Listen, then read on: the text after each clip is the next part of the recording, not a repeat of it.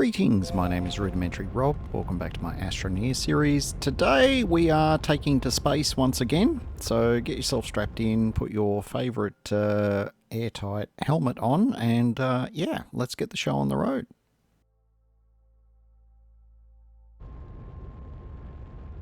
Now, we definitely have a bit of an action-packed one, and by action-packed I mean I started with about an hour and 10 minutes and squished it down to, what are we, about 21 minutes worth of episode, so hurrah! Safe to say there is going to be a lot of cuts and sped up footage, but to leave it all in at the full length was just going to be boring as hell. To squish it all down to a 20-minute-ish episode, A, was going to be a bit of a challenge, and B, was going to make things 10 times more interesting. So, I'm not sure about the 10 times more interesting thing, but I'll leave you to judge that. Now, our first little side journey here is actually to DeSolo. Now, we're coming back to DeSolo because we've got some chips now, and we want to essentially activate the mat on DeSolo. Now, we did find that one a while back, quite a number of episodes ago. Now, I had an interesting thought of, look, we landed in slightly the wrong spot, and I certainly do have history of doing that in this game, but that's fine. The site that we landed at has one of those gravity globes, and I was just thinking, hey, we should take that cross-country to the mat, and then do what we got to do, and then drive back. And then I thought, well, DeSolo is only a little place. Why am I wasting the time trying to get the stupid gravity globe to go across terrain that it really does not like going across? Why don't I just do the sensible thing and drag the rocket all the way there, and then when I'm done, I can just launch from this site and head to our next destination. Thankfully, sane heads prevailed, and we did the rocket dragging effort, and it took probably 5 or 10 minutes. Pretty boring though. I chopped all of that just because it was a complete waste of time from a visual standpoint. So here we are at the mat. We've popped one chip in this one, so the one on DeSolo only wants one chip, and it will then tell you it needs more things. And we'll go into the more things at a later date. We need to do some other things before we're ready to come back with the materials that we need. But the act of putting the one chip in the mat is what gives you the follow-up missions. So as you can see there, it wants plastic and something else. So we're going to come back with those at a later date. For now, I couldn't remember and I didn't want to look it up. I just wanted to actually go here and unlock those recipes or unlock those missions myself, so you guys could see how it worked, and then we'll deal with the delivery of the materials at a later date. Now, this is me just getting slightly sidetracked on the surface of DeSolo. I mean, I explored this area pretty thoroughly the first time round, so I thought I forgot something. I was thinking that there might have been a box here, like an exo cache here somewhere, but I think it's like half a DeSolo away, so it wasn't worth going for a run to find that. Once again, we do notice the gigantic storm there on DeSolo. There's a storm on each planet now except Silver, and that came about due to essentially unlocking the very start of the Glitchwalkers storyline. Essentially, the minute you activate any of the planet cores, it activates the storms. But we're not going to be exploring those as part of this run through at this stage. At a later date, if demand so dictates, I will do the Glitchwalker storyline again at the end of this series. But for those who do want to see it, I did a separate Glitchwalker run, and that's on my channel, and I concluded that, I don't know, a month or two ago. It's all up there in its, 15, 17 episodes, whatever it is. It was a lot of fun to do, and so if you're a bit curious, it's all there, ready for your perusal. In the meantime, we are now returning to our base on Silver. We've got a lot of stuff with us that we want to leave behind here on Silver. Silver is our main base, even though it is somewhat under-equipped compared to some of our other bases now that we've been out into the world a bit. That said, though, it's still going to be our quote-unquote home for a bit, so I tend to bring mission items and things like that back here. So I can just kind of consolidate them, and once I've got all of the relevant mission items, I can then, drag them wherever they need to go.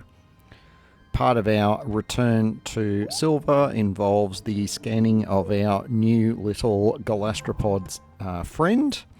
So the Novus Galastropod, we now have him scanned.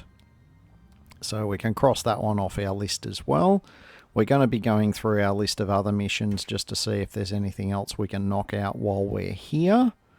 We're also going to do a few little tweaks on the base because we are bringing a lot of materials back from other planets and celestial bodies that we don't get native access to on Silver. So, for example, iron and tungsten and things of that nature. And I tend to bring a medium container of said items back to Silver, so I've got some if I need them for anything. So this trip, once again, we've ended up with the iron, we've ended up with the gas, which was... Sorry, I'm about 6 episodes worth of content ahead in recording, so I can't remember what the gas is that we brought back, but there's a gas canister there as well.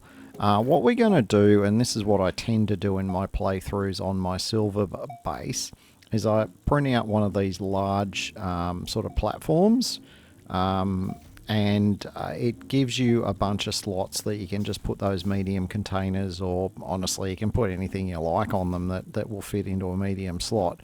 But I use them for organising all of these medium gas canisters and storage canisters as a way of just having them all in one place and easy to access. So we've got that printing away in the background. While we're waiting for that, we just did a bit of a cleanup of our medium storage tower there.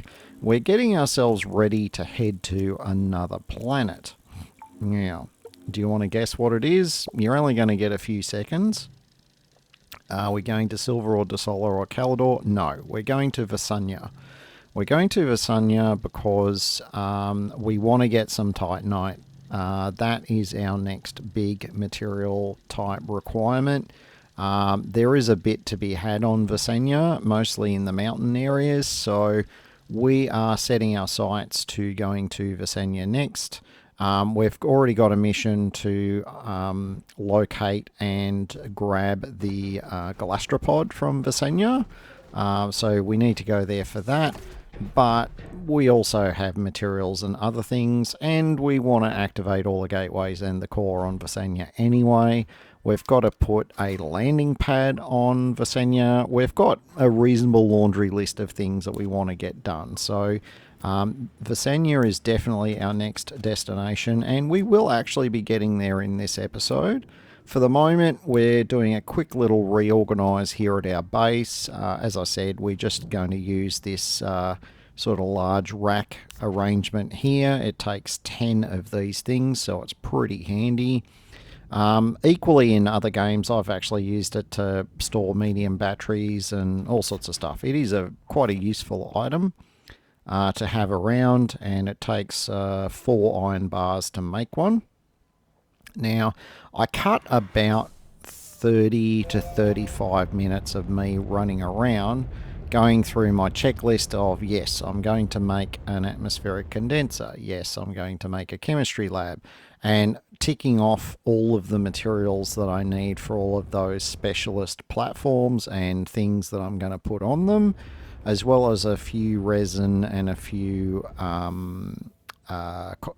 compound. Sorry, forgetting words already. We've got quite a lot of that on our little medium storage tower that we've got with us. We did bring a few other bits of storage along as well. We loaded all of it up with all of the materials that we could, including the materials we needed for the large rover. Now, that was a pretty full kit to be taking along, and I'm pretty sure not a single speck of it was wasted. And yet, I think we forgot something. And because I've cut and sped up so much of this, it's not going to be immediately obvious what I forgot. But I forgot the materials that we needed for an oxygenator. So we're using the oxygenator slot for additional storage on the rocket, as we have done so many times before.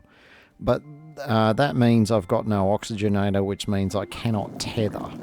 Like, you drop a tether, it will do absolutely nothing. It'll just go black and it won't provide any power or oxygen. So for quite a while in terms of gameplay time on Visenya, I do not have an oxygenator. Now, it's actually not the end of the world if you don't have one. You can certainly manage without it, because rovers, you can exist just by standing near a rover. You can exist by standing near a rocket. Indeed, pretty much every vehicle has that option. So it's only your ability to drop a tether line that requires an oxygenator. So as inconvenient as it was to keep running back to the rocket to get oxygen, that's really all it was. It was just a mild inconvenience, and it did not slow me down in terms of getting things done and getting the base set up. Now, you get a bit of a view of what we brought with us here on our storage tower. Some resin, quite a lot of tungsten. That's going to become very important down the track. A bit of compound. We brought a bunch of our mini RTGs with us, simply because our rover, we're going to do the drill / paver combo on the rover, which means we need 3 units of power a second to keep it going continuously.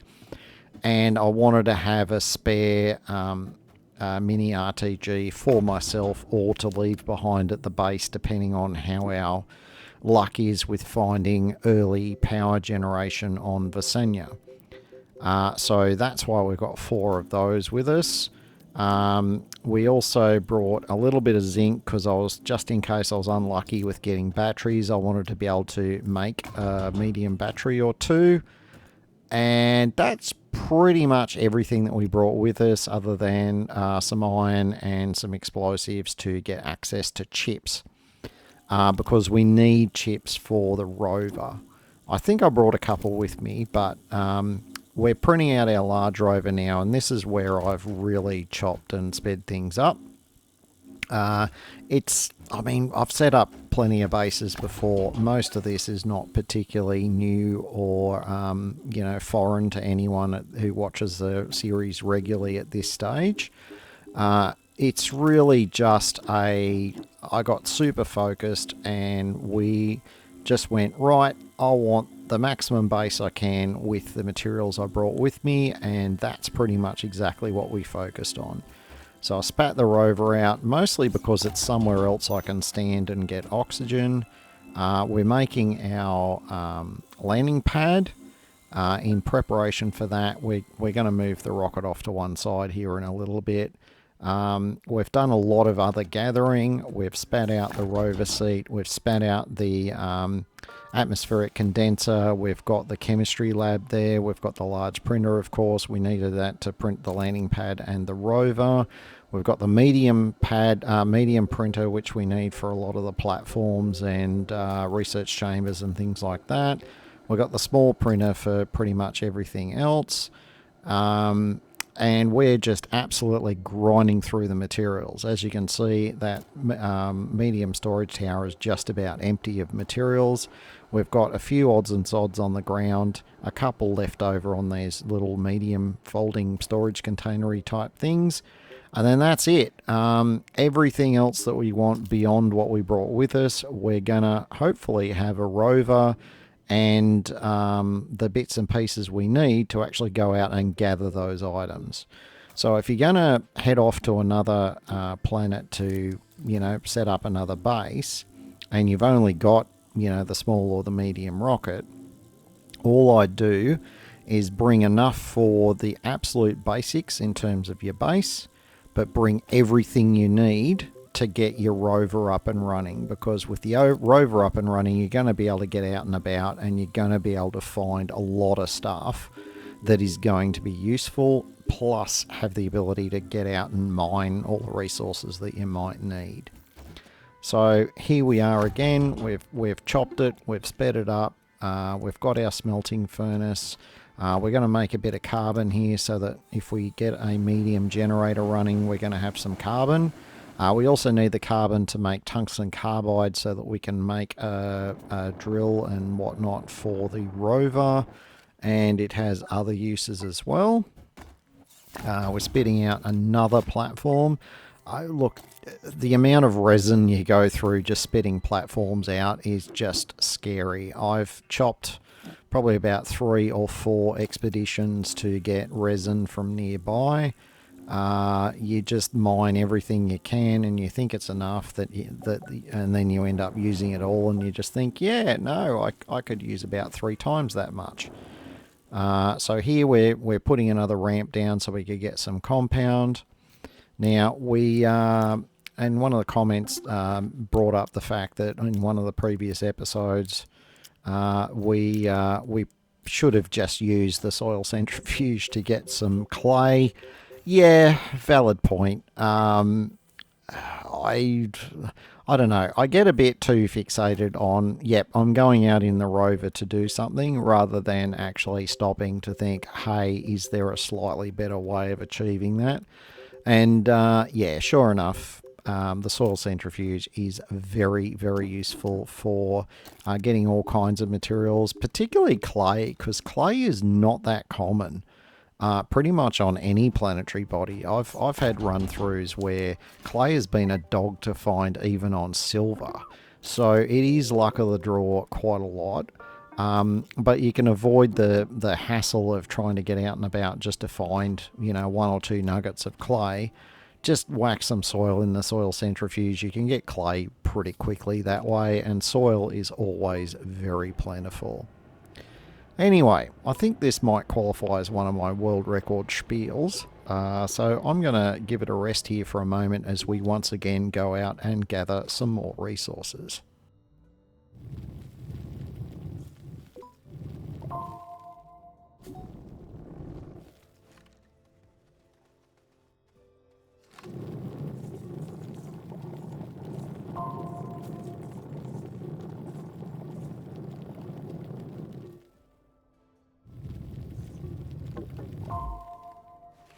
Now, I haven't really covered much about Vasanya itself other than the whole reason why we're here mineral-wise is to get Titanite. One of the other reasons for being here is actually argon. We need argon to be able to make steel. And this is the first planet that we've been to where we can use the atmospheric condenser to collect argon. So we're going to be doing a bit of that at some stage. However, as we all know, the atmospheric condenser chews catastrophic amounts of power. So we have got it running briefly at the moment. It will be running very slowly though, mostly just to get us a little bit of argon to get us started. Now, in terms of other things to know about Vasanya, there's not a lot of, I will say, particularly safe places in Vasanya. There is a lot of aggressive plants pretty much everywhere. You get the little whip ones, you get the ones that hurl bombs at you. You've got the coral ones. If you accidentally pop those while you're standing near them, that could be game over as well. So you do need to start to watch yourself a bit more carefully, particularly and I'm pretty sure in a later recording, I had one of those little bomb hurling guys just inside one of those snail shell looking rock things that's in behind the printer there.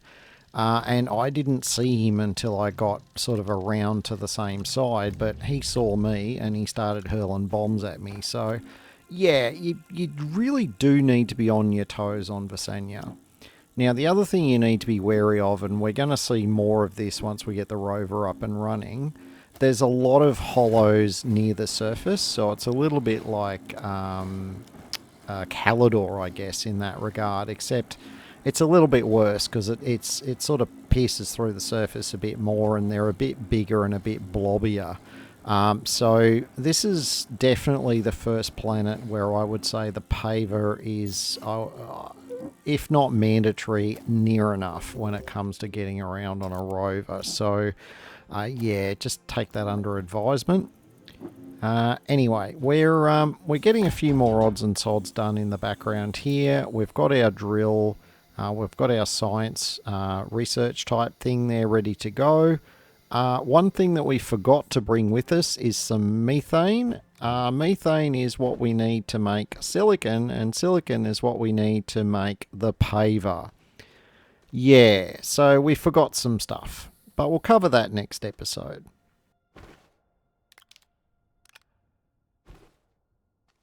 Speaking of episodes, we've reached the end of this one. So if you've enjoyed it, don't forget to give me a thumbs up and to consider subscribing if you're not already subscribed. Until next time, my name is Rudimentary Rob. Thank you very much for watching, and make sure you have yourself an absolutely fantastic day.